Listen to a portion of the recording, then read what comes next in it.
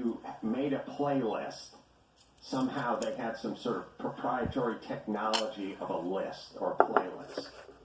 That's all I know. That's amazing. That's all I know. So it's amazing. We crowdfunded everything, and the whole community got together, and I wasn't out. We raised enough money to pay the lawyers, but the most precious commodity is time.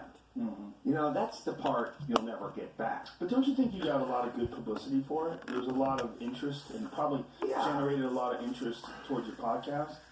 Yeah, I mean, I imagine, if I got into a plane crash, I'd probably get some interest too. But it's still not the kind of thing I'm going to cross my fingers for. Right. I mean, but it is the kind of thing where it's like, there's a side where, okay, you're getting out there, you're talking about it, and all that, and that's fine, but it's just this sort of thing where, as an atheist, with X amount of hours on the planet, reading emails from lawyers from Eastern Texas, it's just not on, just getting phone calls, I'm shooting a show for Spike and the phone's ringing, it's an update out of Texas, it's like, I'm trying to do this other thing. Did you have to physically go and sit in court in Texas? Well, that's what it was coming to. But it didn't get to that point. So you spent $500,000 plus before you even had to get to the actual court in Texas. If you get to the actual court, it's probably between 1.2 and 1.5.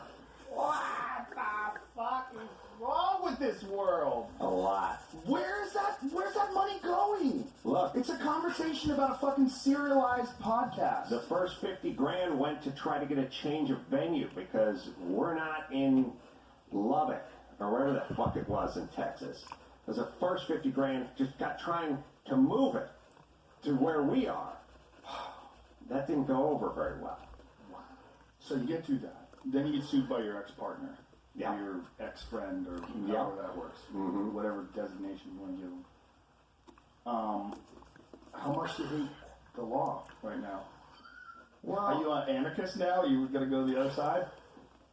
No, but I've realized that I was thinking about it, and I thought, the amount of businesses, let's just pick time. 1952. The average business that was semi-successful, or the average person that was semi-successful, how often do they get sued versus 2015? I don't think there's such a thing as being successful in business or as a personality and not having people coming after you. Now, I don't think you know how many. I'm sure Kanye West has 13 lawsuits going simultaneously along with Chris Brown and whoever else. I don't think a lot of them don't make the light of day, but I just think there's no such thing as being Pepsi or Coca-Cola or Beatrice or Nabisco. They probably have 47 to 147 lawsuits going all year, every year. So this is like underlying almost economy of people suing to get these settlements. Like, the UFC is going through that right now. Oh, what? Class action lawsuits. Four of them at the same time. Well, ex-fighters.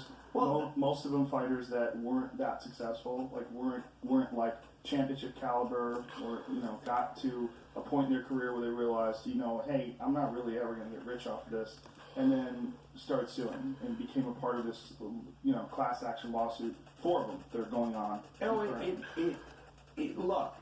There's a bigger. You see, it's all trickled down.